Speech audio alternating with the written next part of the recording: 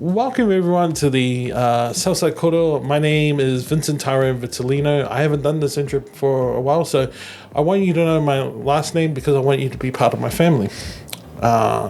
Today is a bit of a trigger warning. So there will be talks of suicide and as well as depression. I want you all to know that you all mean a lot to me when you watch these, and it's not just because I'm saying it, it's because I truly mean it. We go through a lot of things in life in terms of our journey, and we just recently got hit with a cyclone, and I was watching the news recently and it hit home. So if your mental well-being is not being taken care of, and I know that your physical well-being is not taken care of because you just either lost a home or you lost your family member out there, please, I implore you, look after yourself, reach out. You don't know how valuable it is when you reach out to someone and you go, hey, I need help. So we'll talk about these topics throughout the entire podcast. Well, not really entire the podcast, but we'll have the tone of it. So please, trigger warning out there for those who do not have that heart to listen to that. I implore you to move on to parts that you will be able to listen to. Kia ora. Now, once again, an amazing guest. I love this guest, Will. I'm telling you right now. My Alma's bestie, my sister for life. You're stuck with me. Yeah, of course. I love the fact that, you know what it feels like? It feels like I'm in the back seat and I'm like, I'm not going to get rid of her. I'm stuck here forever. We've been through a lot of conversation. We caught up with her, we went through a conversation of MIT, mostly around MIT because we went through MIT, and just overall general funniness. So, did you like the episode? Yeah, I enjoyed it a lot. I mean, I was nervous at first, but I was like, you know what? There's nothing to be nervous about. Absolutely. So if my guest likes it, you're going to like it. So which camera am I looking at? This one? Perfect. Yeah, you'll like it too. Hey, you'll definitely like it too. And you'll like it too. And you'll like it too. So, and you'll like it too. And I hope you enjoy this episode.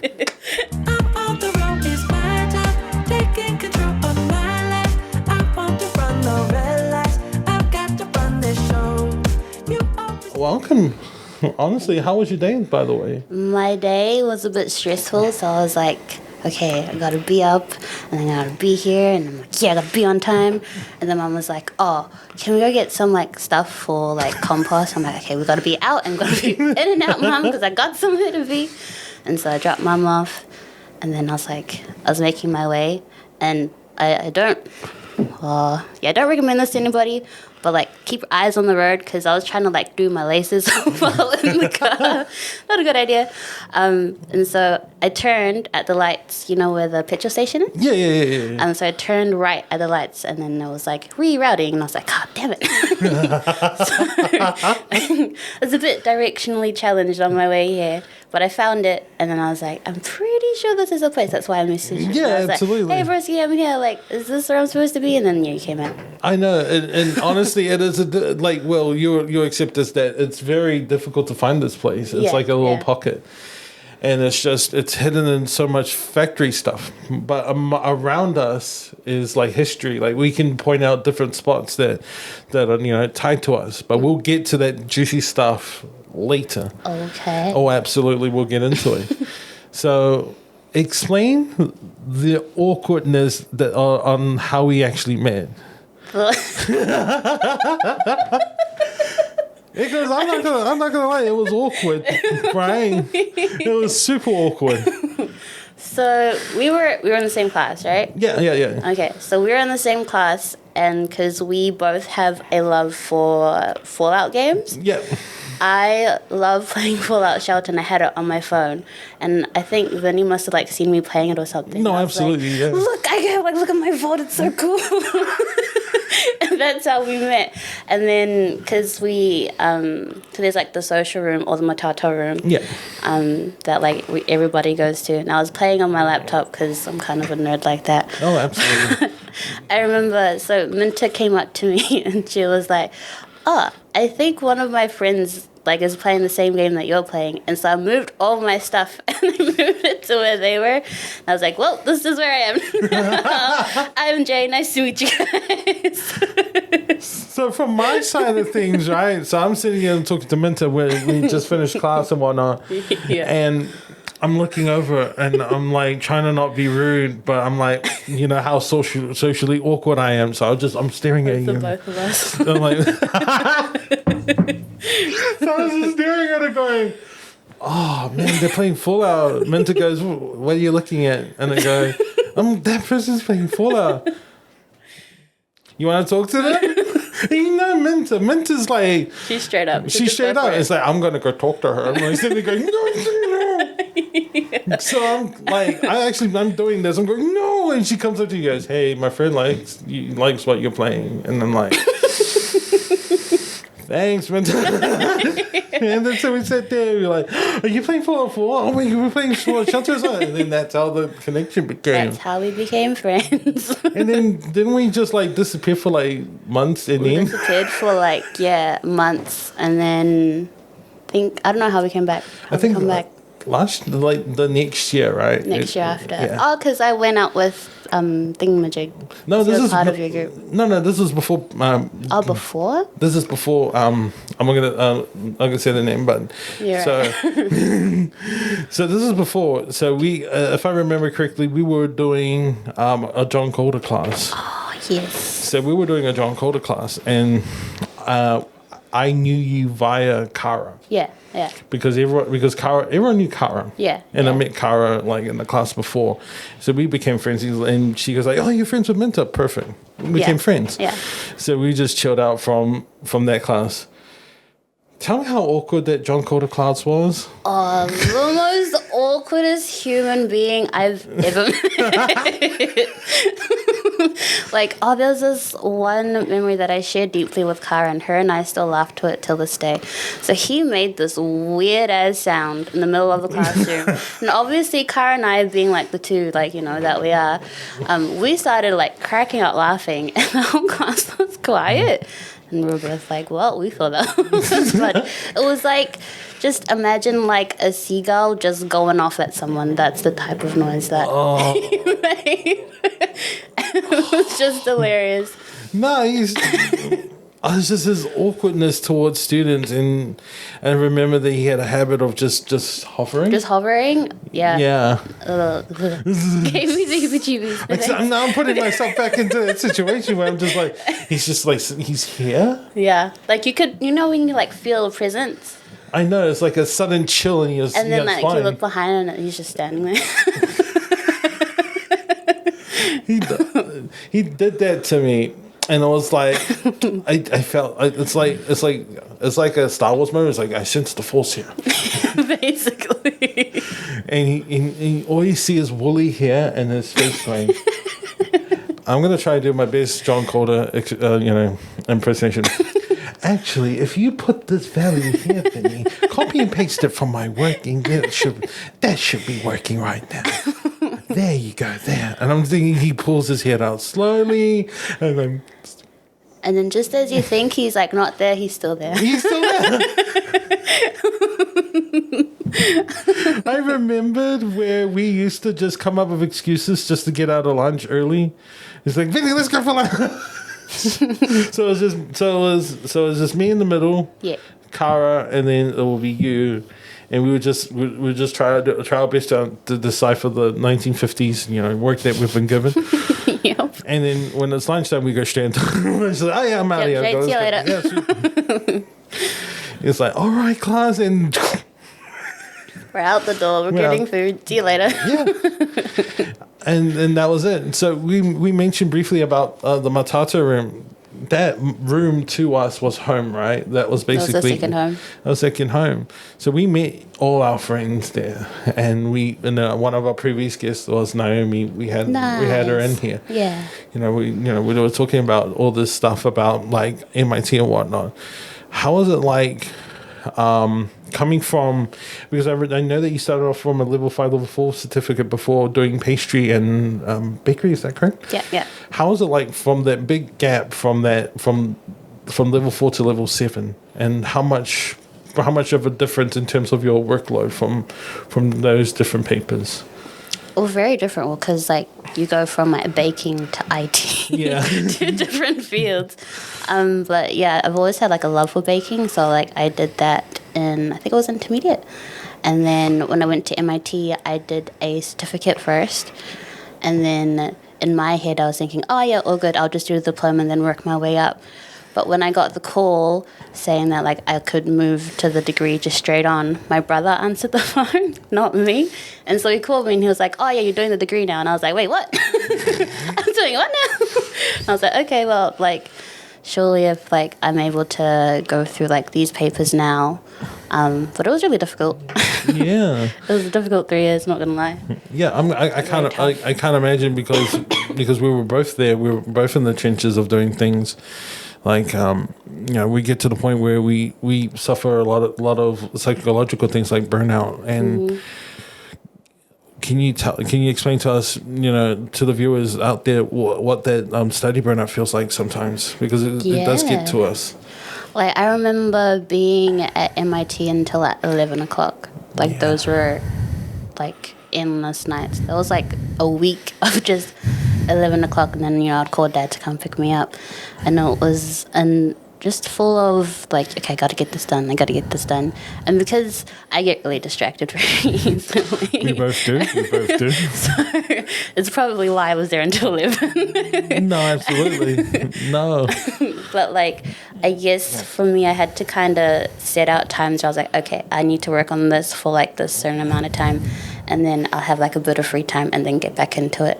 Because if I'm constantly working on something, and if I get stuck on something, like, I know deep down inside, like, I'm gonna, like, I don't know how the word for it. Like, I'll beat myself up over it. No, absolutely. Like, I can't get this right, blah, blah, blah, blah. So I was like, you know what, I just gotta take a break, and then we'll get back to it. Yeah, it feels like you're beating the pavement as twice as hard. And when you get to the point where you can't break that pavement anymore, it then becomes a more of a self-psychological thing. You go into that cycle of like, I can't do this. And then this is for me where I tend to shut things down from between me and the point of everyone outside of stuff, So I'm just like, no one exists. I need to figure this out problem. But I really should need to go out there and, and help out people, get the help. Yeah, that was another thing that I struggle with and still struggle with to this day is asking for help. Yeah. Like, it's okay to ask for help. Oh, absolutely. And I think, I don't know if it's just like island families, but like, it's always, like just deal with it on your own and all that stuff. But like, yeah, I guess MIT's taught me like a lot of stuff. And so, yeah, asking for help was, like, definitely one of them because knowing that you're not alone and stuff helps so much. Because then in your head, you're like, oh, so I'm not the only one, like, stuck on this problem or whatever, Exactly. And then you have, like, beautiful souls like Connor and Kara, as we mentioned earlier, who's, like... Bless them both, yeah. Yeah, they're just coming up to you and go... it's the breathe. And he's like, It's like, you're sitting in the corner quiet. That means that you're in trouble. That means you're not going to say anything out, just to say it. You're in trouble? Yeah. I need help. No, I don't understand this card. Come here, and then you just do this. And we know when Connor is doing, he's like in deep, but you're trying to ask questions like, so how did you do this? It's like, and I'm like, yep, and then he turns around and he goes, did you get it? Has he ever done that to you? He's done that to me multiple times. He's done that to me, and honestly, like, there are times where I would just say yes because I feel bad because I'm like the type of person that needs to like, it needs to be broken down so much because I'm such a doer brain. Hi, I'm doer brain. I'm doer brain number 2. I was like, please, I understand that you. I feel like a 65-year-old, honestly. It's like, I understand you got to this point, but can how? But slowly tell us, how did you get there? Because it's just like, it's wizardry when we see it, right? We're that type of people who like step A. Yeah. Basically. And then step A1B. Step A1C. And it's just like, okay, and then you insert this, and then you insert that, yeah. and you get to learn that more often throughout the years, right? And I felt that because when I'm doing podcasting and whatnot, I always remember my IT stuff. When you go back to think about that level 7 paper, the level 7 stuff going into industry, how difficult was that? Or what was the challenges you went through for level 7? That was a lot. So for industry project, especially industry project, so for that you had to come up with an application that you had to make. So I was in a group with 2 other people, and for the first time I was the leader, and I never take on the leader or like ever. Like I'm the one that's like, yeah, okay, I'll do this, and I'll get stuck into it. Yeah. But this time I was like, I had to be the leader for everything. And because I think for me, going into something where I have to be in control of something, I'm not used to that. I'm not used to being like, hey, you should be doing this. Like, that's not the type of person that I am. Yeah. And so when we were working on all our stuff, and I was like, have you done this yet? Like, you really need to do that. Maybe I could have been like more like aggressive or like assertive in some ways. But I guess it just teaches me that, that's something that I need to work on. But it was really difficult. No, I understand. Both of us are not built for that leadership roles, I remember that because you did the... was it? Is it not? It's not FBI. It was the lower end of industry. It was the same, but you had to do it like in. I know what you're about. I don't know what it's called, but I know what you're talking about. Yeah.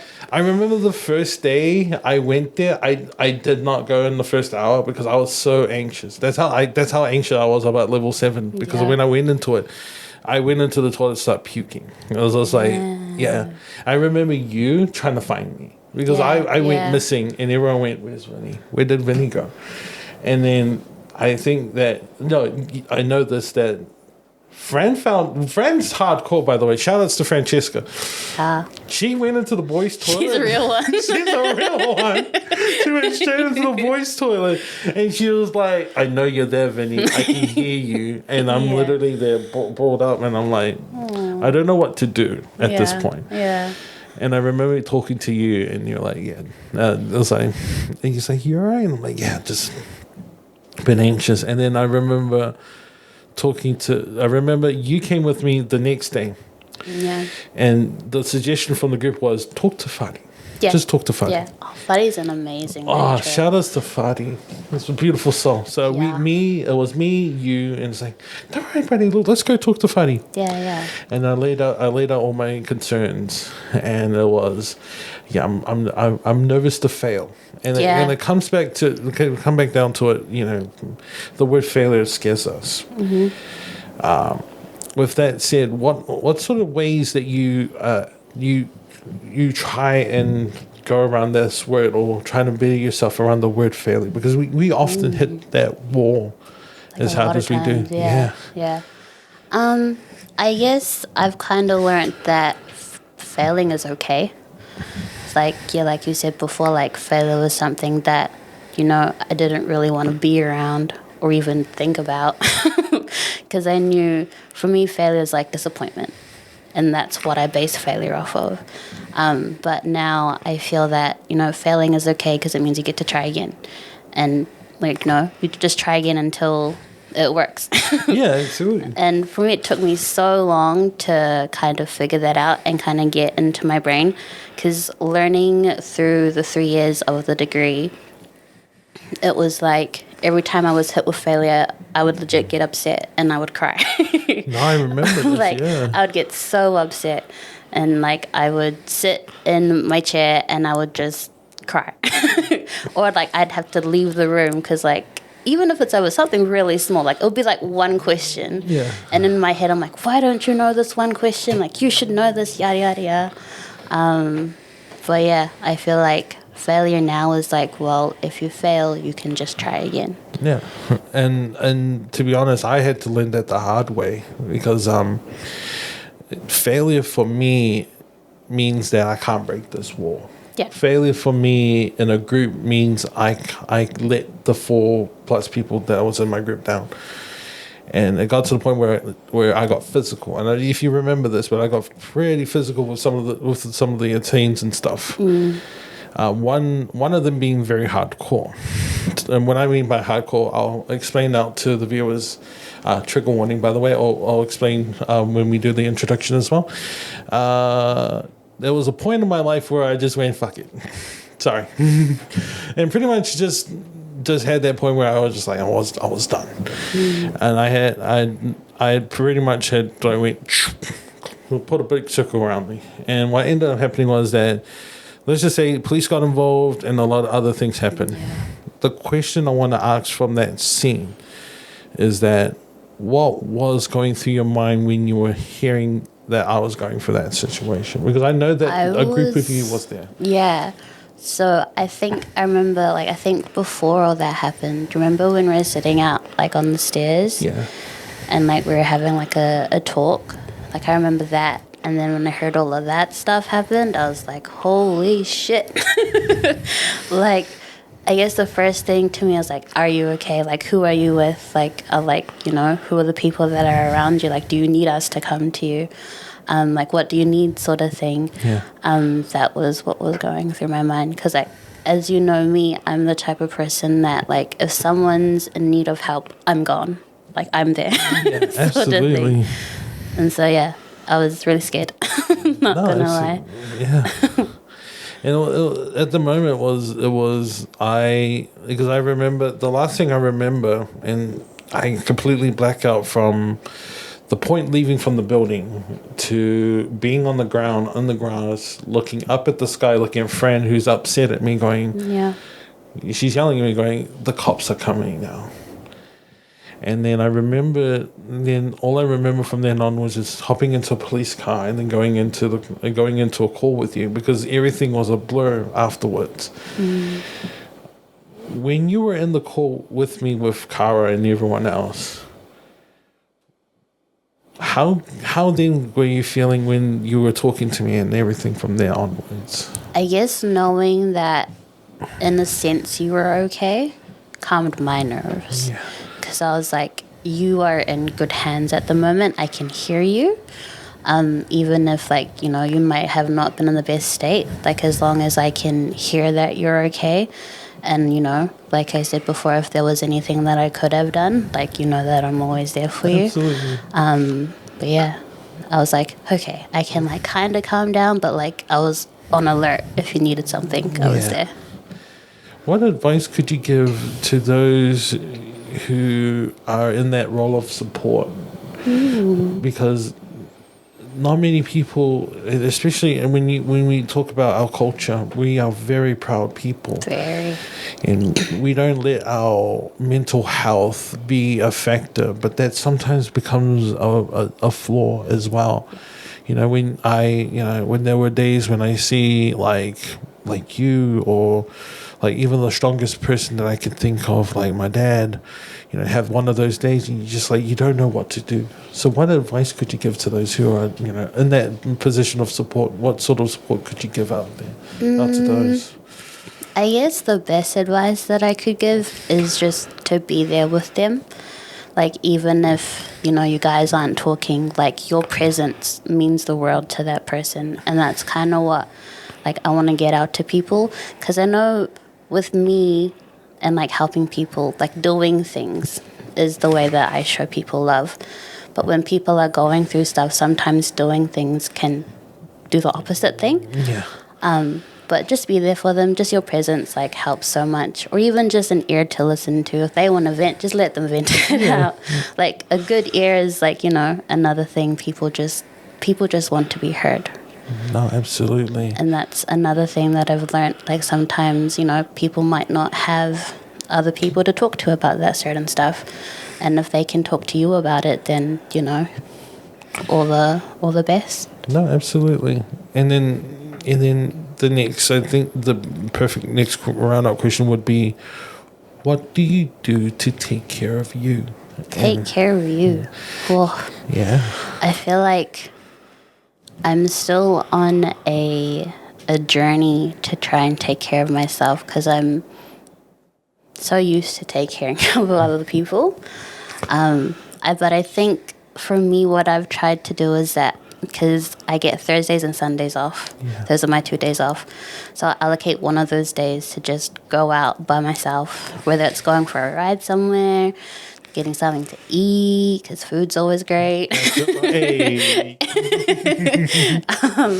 Or like if I'm feeling upset, like I will legit put on like a sad playlist and I will drive and I will cry because I know that there are things that, you know, I might not have healed from yet, and that is my time to just let it all out. Yeah. And like I feel like a day is not enough, but at least, you know, that's your you time.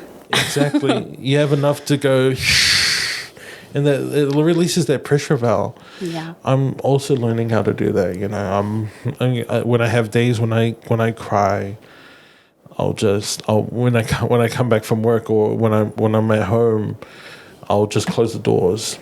Yeah, especially when I'm at home because I've moved into the garage now. Oh, so okay. I'm not in my room anymore. Yeah. So I'll tell you a little event that led to why I moved into the garage. So Dad passed away, and I'm getting to the point where I'm frustrated. So I don't know what I'm doing. So I'm just hitting the pavement and whatnot.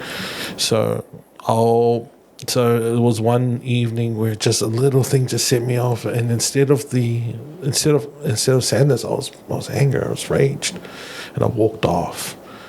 And then I came back home, and Mum was out in front, and she was in tears, and she was like, "Hey, you know, you're back home. You know, let's talk about it. Come back home, let's talk about it." And we don't do these often when Dad was around. You know, it was like the same, but then. As time went, and I was like, I need to get out of that room, because it wasn't doing me any favors. So I'm now in the garage, and we now have a beautiful relationship between me and my mother. Nice. You know, so I'm talking to her. So every time when I walk into the house, she's like, "Hey, Vince," and I'm like, "Hey, Ma." Yeah. And you know, so we're just talking to each other. And I understand that their whole need of space. Yeah. And it's I advocate that. You need your space. You need to breathe. Hard out. Absolutely. So, with that said, let's you know, we went through a whole deep encounterment of everything. Yeah. Let's go back to some shenanigans. Yeah. So we're out of school, right? We're out of MIT, and I hear that you're getting into streaming, and I'm very proud of you, by the way. Thanks. Congratulations on getting affiliation as well. Thanks. So to explain out to our viewers, affiliation means that you get paid to do streaming. Money. The money. you get that Twitch money. You get the Jeff Bezos money, eh? And I was like, I'm so proud of you, because I remember that, you know, during MIT, it was like, oh yeah, I want to stream and whatnot. And then you're slowly building up your gear. And I remember watching you grow from there. I'm still a subscriber, by the way. I'm still still subs to your channel. Subs to Pikachu channel. I remember that you smacked me in the arm when you were making that name Pikachu. So do you want to explain? Do you want to explain your Pikachu name? My Pikachu name? Yeah. Well, it was actually. Can I name names? Yeah, go ahead. Okay, let's start. Nothing bad. No, of course not. That sounded like it was gonna be bad. Nah, it's fine. So when I was studying at MIT, because So I'm 5'2", very short. All my other friends are like giants compared to me. And so one of them, his name's Cam. Yeah. And he is like, you know, extremely tall. Yeah, he's and tall. So I would always like, because we were always like, you know, walking around together, like we would hang out and stuff. And out of nowhere, he just called me Pikachu. I was like, hey, why are you going Pikachu? And he's like, because you're so short. And I was like, all right then. And then from then, everybody else started calling me Pikachu.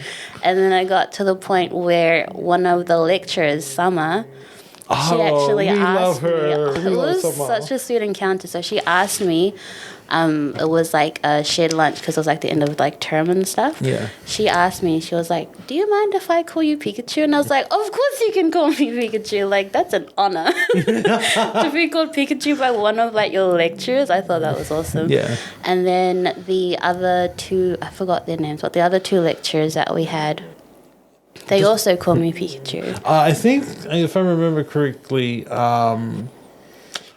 no, it was one. It was the two Michaels. Oh, yeah. So it's Michael Thompson and Michael Andrews. Yeah. And so, yeah, even those two started calling me Pikachu. And just everywhere I went, that was my name. I was like, I guess this is what I'm called now. Yeah. And I remember that when you started off with Pikachu, you did the Xbox Classic where you add the X's at the end. Yes. And I remember teasing you. And Will, she's got a David Tour like right slap. She made my arm numb. She made my arm so numb. I go, and she goes, "Why are you laughing at?" And I'm like, You're like, but you're not laughing now. and that's the echo. It just reminds me of the old school Xbox names. You're like, you better not laugh at my name. Don't make fun of my name. Don't make fun of my name. I can't make fun of your name now because now you got like what, over 1,000+ viewers? Nah, I've like not really much views, but I've grown to, I think it's around like 800 followers. That's still a lot. I've never in my life thought I would ever get to like that much. Yeah. Like I still remember when I got like 10 followers, or like when I first got 50, and then I got affiliated. I was like over the moon. Yeah. So the fact that I'm at like 8 something now, that's crazy. I remember those days where I'll get Discord calls or just get Facebook calls, and they'll be like, "Hey, Vinnie, I don't know how to get this to work," and I'm like, Vinnie, "All right, help me. Vinnie, help me." IT help. I remember you're like, "My microphone broke," and I was like, Fix it. and I remember I was like, I'm looking at the cross of the room. I had a snowball that I wasn't using, so because I moved on to fancier stuff, and I was like, "Come over to my place, come pick up the snowball. You can use it now," and because I got no use for it. And it's like sweet. Yeah. And then I remember jumping on a call, and I remember hearing you, and it sounds so good, and I was like, "Oh, it's sweet." I remember going into one stream that you were painting a Mustang. Yes, that was sick. Yeah. Do you want to explain how you got into the hobby of like creating art? I still to this day have that piece of artwork that you made for me. Oh, you do? Yes, I do. It sits on my desk. I don't know. I guess I've always had a thing for creating things. I think if I were to have like actually, I guess, put time and effort into, into art, I think I could have gone a bit further.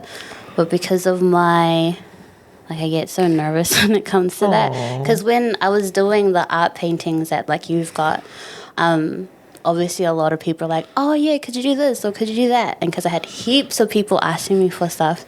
So obviously me being me, I'm like, yeah, sure, all good. But, like, it got to the point where I was overwhelmed. Like, I haven't even finished, like, a couple of the things that I had to do for, customers first. Yeah.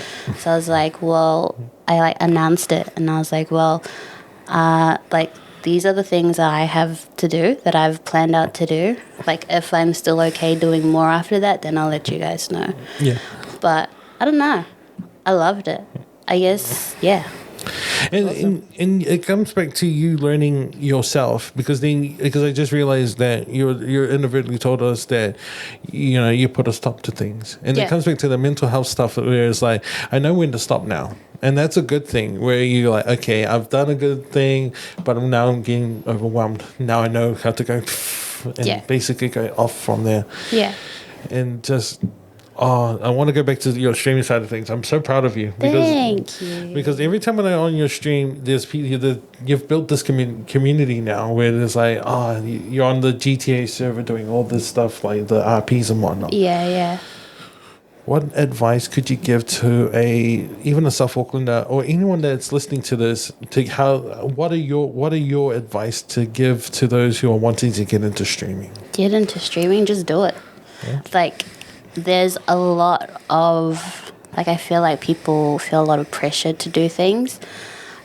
Especially with streaming. Like, for me, streaming certain games was what I had trouble doing, because there are certain games that would get viewers, there are certain games that wouldn't get viewers. And so obviously in my head, I'm like, okay, got to play the games that get the viewers in, because, like, that's how you interact with people. But at the same time, I wasn't enjoying myself. Yeah. And so I feel like if you want to stream something that you love doing. Yeah. Like, even if it's a game that, people might not want to watch, people come there to see you, how you interact with the game. Yeah. And that's what matters at the end of the day. Absolutely. It reminds me of the conversation that I had with Dan. He's a gentleman that's from Subpix Post.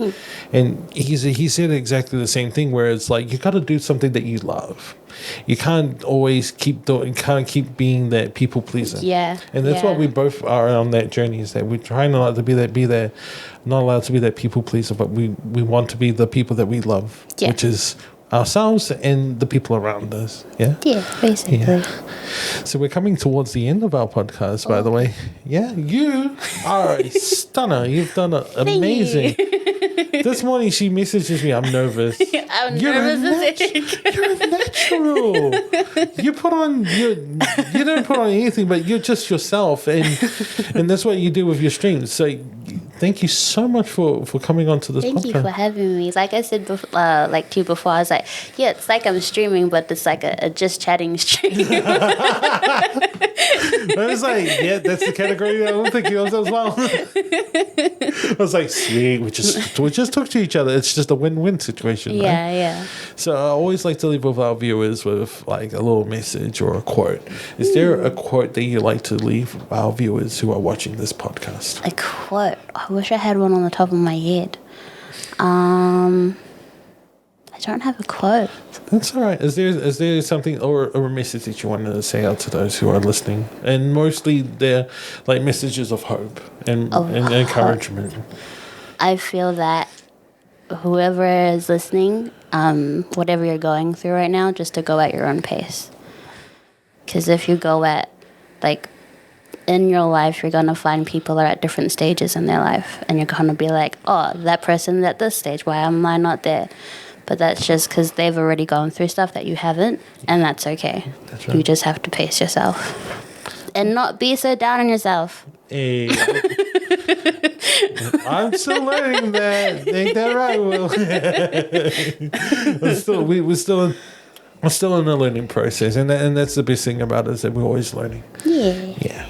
Thank you so much. Thank you for having me. And once again, thank you so much for watching. I hope you enjoyed this episode as much as I did, because I certainly did. Kia ora.